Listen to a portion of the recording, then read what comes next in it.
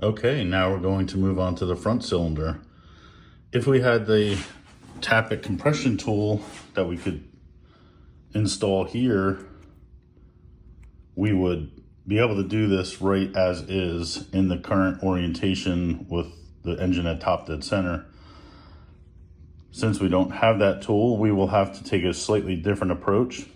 And what we'll do is rotate the engine, removing the tension off of the valves, having these lobes stick straight up or as close to that as possible on both cams. Intake and exhaust have the lobes sticking up so that we can then remark the chain and cam gears at that location, and then we'll go ahead and disassemble and start the same process. To rotate the engine, we will simply do this by turning the engine counterclockwise, never clockwise, because you can unload the chain. And we'll be using a 36mm socket on this crank bolt. Turn it counterclockwise until we get the right orientation. All right, here we go. We're getting ready to put the first cam in here, the exhaust cam. This is our HellRaiser cam. And we will put on our caps. Wiggle them in a little bit. Put them there. And we will move on to the next one. All right, we've got both cams are installed in the front cylinder. Now we're going to put on the caps. The caps, I pre-lubed the caps with assembly lube. So we've got 1, 2, 3, 4, 5, 6, 7, 8 in the back. We are all set. Now what you'll want to do is torque these 1, 2, 3, 4. Same thing. 1, 2, 3, 4, or any crisscross pattern. It really doesn't matter. You just want to make sure that you crisscross them so that you don't over tighten any one. And it's 89 inch-pounds, so you're gonna need a micro torque wrench. And you may want to do 40 on all 4 and then come back around a second time with the 89, or multiple increments, however you feel comfortable, but you want to just make sure you crisscross the patterns. All right, on to the next step. The last part here is to tighten the adjuster, and that will put tension on the chain. I don't know if you can really see it that well. Let's see if I get a little bit of light.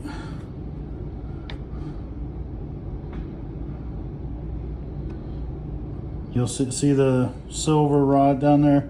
It's pushing on the slider or the glide. That's going to put the tension on the chain and put it to the proper adjustment. And that's the last part of this. Now what you may want to do while you're at this is the infamous triple sprocket bolt. This one here is to take it out, clean it really well, spray some brake clean inside the hole, probably tilt the engine towards you a little bit, get that orifice really cleaned out, clean the threads on the bolt, apply a little bit of red Loctite, and then torque it down to 17 foot-pounds of torque.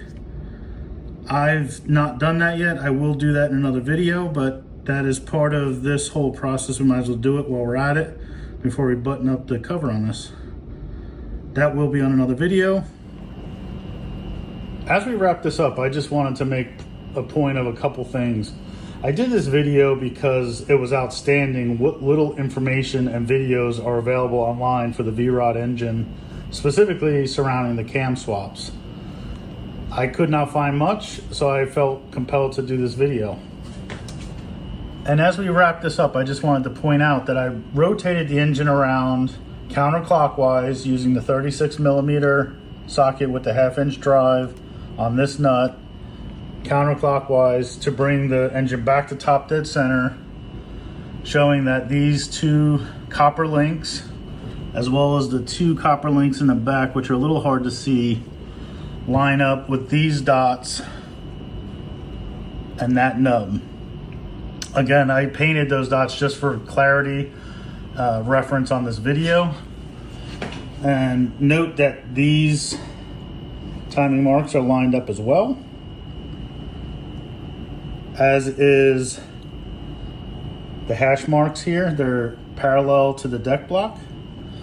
Same thing on the rear cylinder.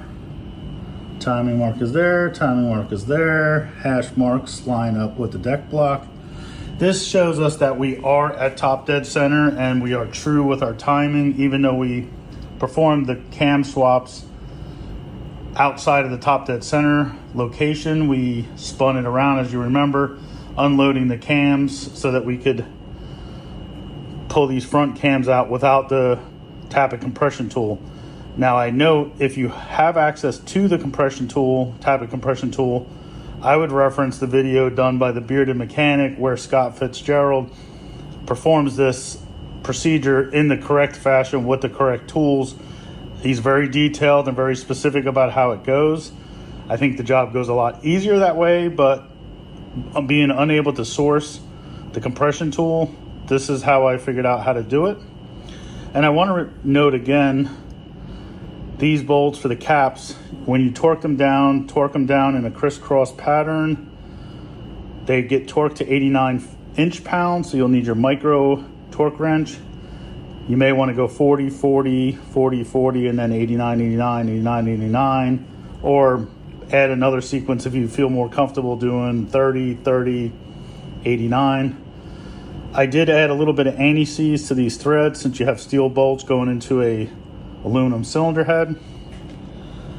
The cam swap, which I did not show in video, or the gear swap on the cams, which I did not show in video, is pretty simple. It's pretty self-explanatory. When you get the cams out on your bench, you're simply going to swap the gears over from the old cam to the new cam, just ensuring that you're keeping note of the orientation of the lobes to the gear when you swap them over.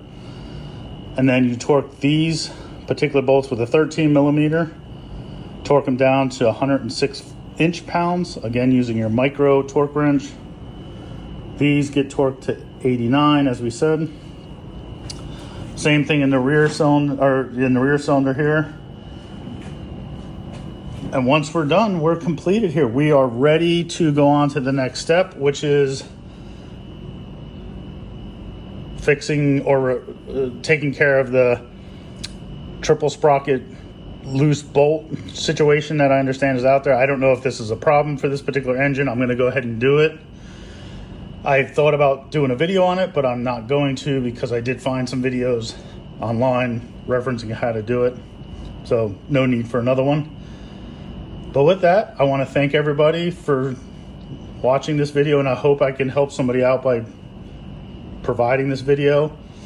This is for those that have a cam set, whether it's the Fitzgerald cams or you bought something off the shelf different, doesn't really matter. This procedure is the same.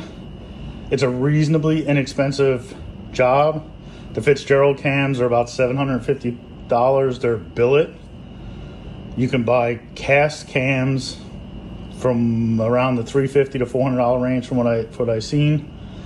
So no matter what you do, it's really an inexpensive job, maybe $50, $60 for a shim kit and the basic tools around the house. So hopefully those of you that have thought about it, or maybe like in my case, I had somebody lined up to do it. Once I had the cams in hand, they backed out. So I had no choice but to figure out how to proceed. So hopefully, if you're at that point, just take a deep breath, enjoy yourself. It's an easy job. You'll enjoy the reward at the end. Have a good day.